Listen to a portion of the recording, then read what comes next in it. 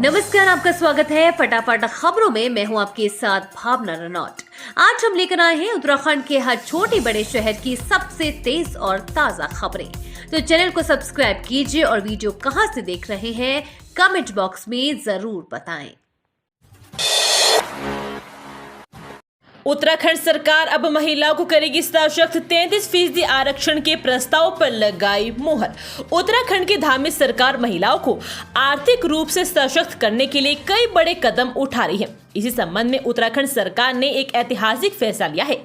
धामी मंत्रिमंडल ने सहकारी बैंकों और संस्थाओं में महिलाओं के लिए 33% आरक्षण के प्रस्ताव पर मुहर लगाकर महिलाओं की भागीदारी को बढ़ावा दिया। राज्य सरकार के इस निर्णय के बाद उत्तराखंड पूरे भारत का ऐसा पहला राज्य बन गया है जहां सहकारी संस्थाओं में महिलाओं को 33% आरक्षण मिला है। सरकार के इस निर्णय को सीएम धामी ने एक ऐतिहासिक पल बताया है। धामी ने आगे बोला कि महिला सशक्तिकरण की दिशा में राज्य सरकार की एक बड़ी पहल है।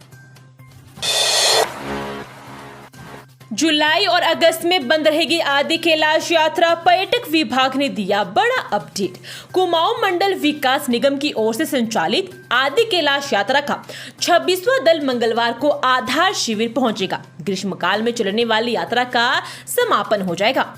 अब जुलाई अगस्त में निगम यात्रा संचालन बंद रहेगा। KMVN पर्यटक आवास गृह के प्रबंधक दिनेश गुरु रानी ने बताया कि इस बार 26 यात्री दल तय किए गए थे, जिसमें 15 यात्रा दल वाया पिथौरागढ़ होते हुए आदि कैलाश गए, जिसमें अंतिम दल सोमवार को पिथौरागढ़ पहुंचकर मंगलवार को धारचूला जाएगा। वहीं काठगोदाम एक्सप्रेस के तहत 11 दल आदि कैलाश दर्शन के लिए तय किए गए थे। अब मानसून काल में 2 माह जुलाई और अगस्त में निगम संचालित यात्रा बंद रखेगी। बीएड संयुक्त प्रवेश परीक्षा का रिजल्ट घोषित। मेरिट के आधार पर जुलाई से होंगे प्रवेश। श्रीदेव सुमन विवि प्रशासन ने राज्य स्तर पर पहली बार आयोजित संयुक्त बीएड प्रवेश परीक्षा का रिजल्ट घोषित कर दिया है। छात्र छात्राएं अपना बीएड प्रवेश परिणाम उच्च शिक्षा विभाग के शासकीय पोर्टल ukentrance.samarth.edu.in पर ऑनलाइन माध्यम से प्राप्त कर सकते हैं। विवि से संबंध राजकीय और निजी बीएड कॉलेजों में जुलाई से मेरिट लिस्ट पर प्रवेश की प्रक्रिया शुरू की जाएगी। सत्र 2024-26 के संयुक्त बीएड प्रवेश परीक्षा आयोजित करने की जिम्मेदारी उच्च शिक्षा विभाग की ओर से श्रीदेव सुमन विवि को दी गई थी। श्रीदेव सुमन विवि, कुमाऊं विवि नैनीताल और सोबत सिंह जीना विवि अल्मोड़ा की संयुक्त बीएड प्रवेश परीक्षा 9 जून को कुमाऊं और गढ़वाल मंडल में 21 परीक्षा केंद्रों पर आयोजित की गई थी। अगले साल आर पार हो जाएगी यमुनोत्री हाईवे पर निर्माणाधीन सिलक्यारा सुरंग। तेजी से हो रहा काम। सब कुछ ठीक रहा तो अगले साल जनवरी माह तक यमुनोत्री हाईवे पर निर्माणाधीन सिलक्यारा सुरंग आर पार हो जाएगी। भूस्खलन वाले हादसे के बाद सुरंग निर्माण कार्य जोरों पर है। सिलक्यारा छोर से ड्रिफ्ट तैयार कर करीब 20 मीटर तक मलबा हटा लिया गया है। वहीं बड़कोट पोल गांव छोर से करीब 35 मीटर तक सुरंग की खोदाई कर ली गई है। पिछले साल 12 नवंबर को यमुनोत्री हाईवे पर निर्माणाधीन सिलक्यारा पोल गांव सुरंग में भूस्खलन वाला हादसा हुआ था, जिसके चलते सुरंग के अंदर काम कर रहे 41 श्रमिक फंस गए थे, जिन्हें 17 दिन तक चले रेस्क्यू ऑपरेशन के बाद सकुशल निकाला गया था। हादसे के बाद 2.5 महीने तक सुरंग का निर्माण कार्य बंद रहा। इसी साल 23 जनवरी को केंद्रीय सड़क परिवहन एवं राजमार्ग मंत्रालय ने कार्यदायी संस्था NHIDCL को काम शुरू करने की अनुमति दी, जिसके बाद सुरंग के बड़कोट छोर से तो निर्माण शुरू हो गया था, लेकिन भूस्खलन का मलबा हटाने में सफलता नहीं मिलने के चलते सिलक्यारा छोर से काम शुरू नहीं हो पाया।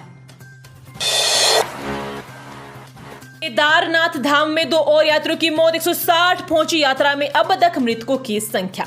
उत्तराखंड में 4 धाम यात्रा पर आए 2 और यात्रियों की मौत हो गई। राज्य आपदा परिचालन केंद्र के मुताबिक केदारनाथ धाम में 2 यात्रियों की जान गई है। वहीं अब 4 धाम यात्रा के दौरान जान गंवाने वाले यात्रियों की संख्या 160 पहुंच गई है। 4 धाम यात्रा के दौरान अब तक केदारनाथ में सबसे ज्यादा 76 यात्रियों की मौत हुई है। वहीं बद्रीनाथ में 38, हेमकुंड साहिब में 4, गंगोत्री में 13 और यमुनोत्री धाम में 29 यात्रियों की मौत हुई है।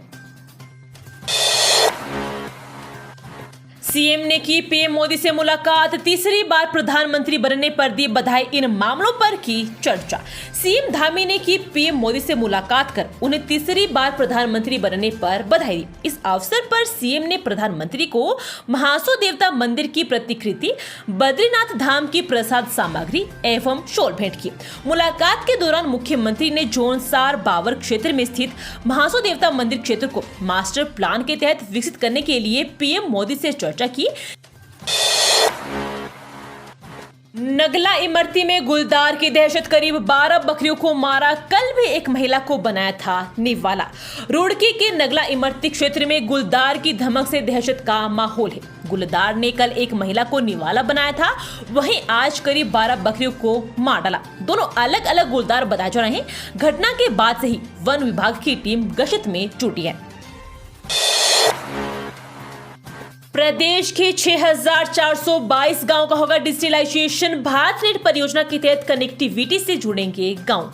उत्तराखंड के 6,422 गांव का डिजिटलाइजेशन करने के लिए जल्द ही इन्हें भारत नेट परियोजना के तहत ऑप्टिकल फाइबर आधारित कनेक्टिविटी से जोड़ा जाएगा। इसके लिए भारत संचार निगम लिमिटेड भारत नेट उद्यमी के साथ मिलकर ग्रामीण इलाकों में इंटरनेट उपलब्ध कराएगा। योजना के तहत देश भर के ग्रामीण इलाकों में स्थानीय उद्यमियों की मदद से ऑप्टिकल फाइबर को घर घर तक पहुंचाया जाएगा। इस संबंध में उत्तराखंड में बीएसएनएल के नवनियुक्त मुख्य महाप्रबंधक पीडी चिरानिया ने सोमवार को अधिकारियों के साथ बैठक की। दर्शनाथ चौक स्थित बीएसएनएल के कार्यालय में आयोजित बैठक में उन्होंने बताया कि योजना के लिए BSNL single project management agency के तौर पर काम करेगा। चौकीदार ने खुद को बताया वन दरोगा, महिला आरक्षी को झांसे में रख किया दुष्कर्म, मुकदमा दर्ज। उपनल के माध्यम से वन विभाग में चौकीदारी कर रहे एक युवक ने खुद को वन दरोगा बताते हुए महिला आरक्षी को झांसा दिया। महिला आरक्षी से उसने शादी का वादा किया और सगाई भी कर ली। इस दौरान कई बार दुष्कर्म भी किया। महिला को जब सच्चाई का पता चला तो उन्होंने पुलिस को शिकायत कर दी।